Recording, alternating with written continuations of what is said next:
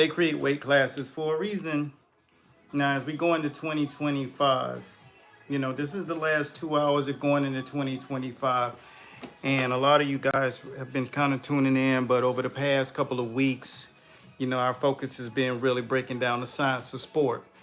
And when you're talking about boxing, you better believe that when Terrence Crawford wants to go up and bump heads with somebody like Canelo Alvarez, I'm trying to tell you guys, I do this for real, man. Like, there's been so many different scenarios where people wanted to make their case that they are the ones, they are the Huckleberries, but I'm trying to tell you, you just don't go up 2 weight classes and beat no one, man. It just does not happen. It takes skills is not enough to climb 2 weight classes. And I see that Turkish is trying to make this Canelo Alvarez versus Terrence Crawford. No matter how hard you hit, no matter how good you box, when a guy understands, check in and let me know where you're watching from. When a guy understands how to cut the ring off and know how to hit you to the body, you cannot overcome punching a man who's used to being punched by men 20 pounds heavier than him. That's why he was able to take Callum Smith, who was an actual 168er, and he was able to bash him until he literally couldn't throw punches. Terrence Crawford is my dog of the past 5 years.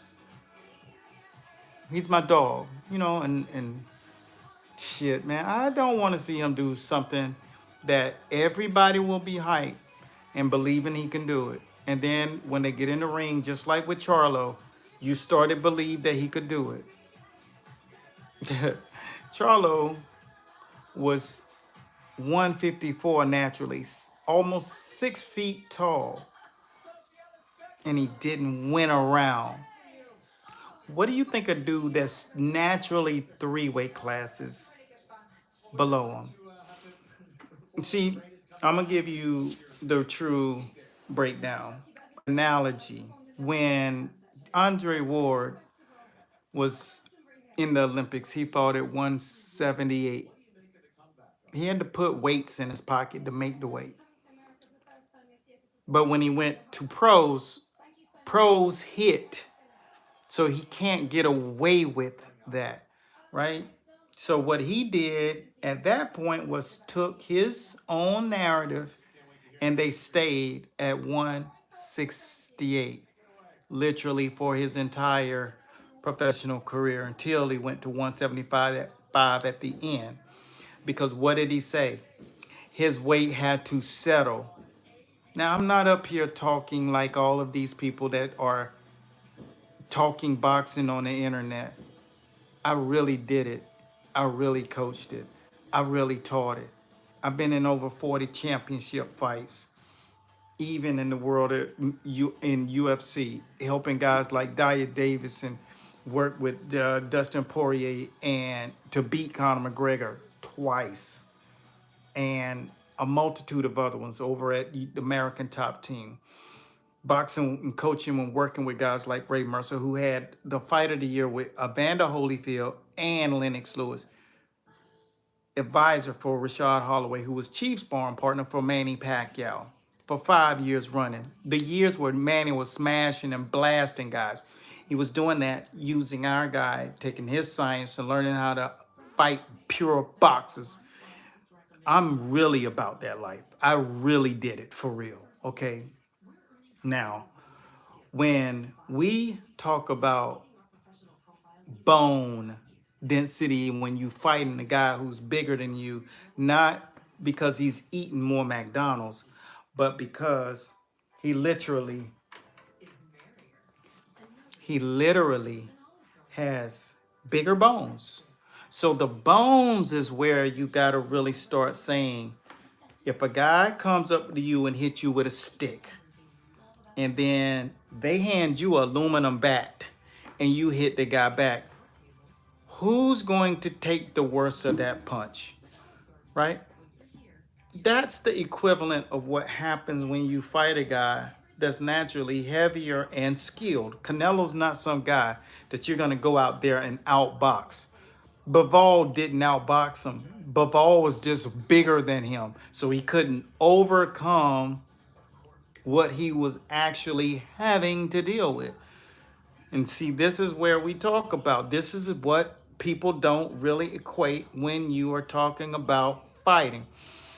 What's your question tonight? I see my man Eric, I see my man Blake, I see, what's up, man? Tell me where you guys are watching from. What's up, chat?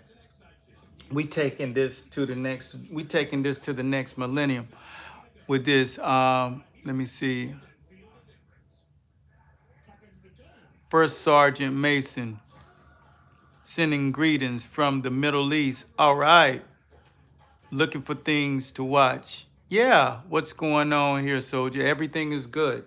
We're just making sure that all of our guys are understanding that when guys make fights in the world level of boxing, that you got to realize that this is a much different thing than just choosing a guy on the street or to spar with. Spar, you got headgear on, you got 16-ounce gloves, all of that stuff, but it's not like talking about it. You can't just overcome with no headgear and the speed of the fight. It's much different. So as I tell a guy, it's the difference with being hit with a rock and throwing a bomb, shooting a bomb out of a cannon. Okay? The impact. See, the only thing Canelo has to do is walk towards Crawford all night and just make sure every round he hits him 2 to 3 times below the rib cage. Boom. By the 7th round, the whole fight is different. Like everything that Crawford was able to do, look at when Canelo fought Amir Khan. Amir Khan was a better boxer, but it was only a matter of time before the difference in weight was going to take heat. And that was just one weight class. You know, Canelo was really a real 154 guy at that point in time because his weight had settled. See, Amir Khan was just blowed up. See, he's losing weight through the fight because that's all fluid. And once he starts to sweat and move around and try to keep the guy off, shoot, man. Like I seen it. I done seen it in real fights. You know, you always think that this is something that's not really that big of a deal and that he'll be able to overcome it. And it's not that, oh man, you can, it's not that, champ. It's something totally different than that. And when you don't understand it, you're going to take a chance. And there are a lot of coaches who will. What camera are you using? Oh, I'm not using a camera right now. I'm just on my phone right now. But I typically use a Sony A37 and a A64 and a Canon. And the Canon, and I actually got the Panasonic Big Boy. It's the big giant movie camera. So it depends on what you're watching of mine. If you're watching our podcast, you're going to be watching the Sonys. If you're watching like actual edited video, you're typically going to be watching Canon if it's crispy and the color is really rich. But this is just my iPhone.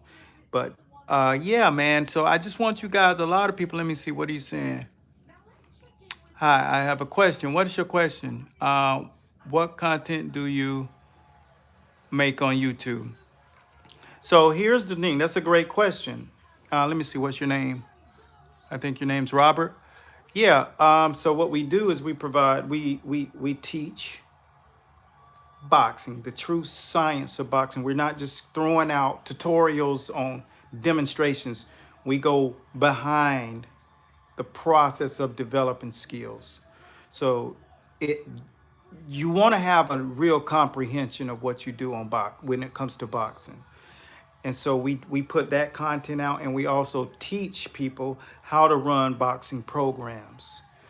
And now in the age of 2025, you really have to understand now what comes with boxing is building an audience and building your brand. And the brand is what you're promised to the world, so that companies will want to deal with you. People will want to follow you. We have 44,000 here.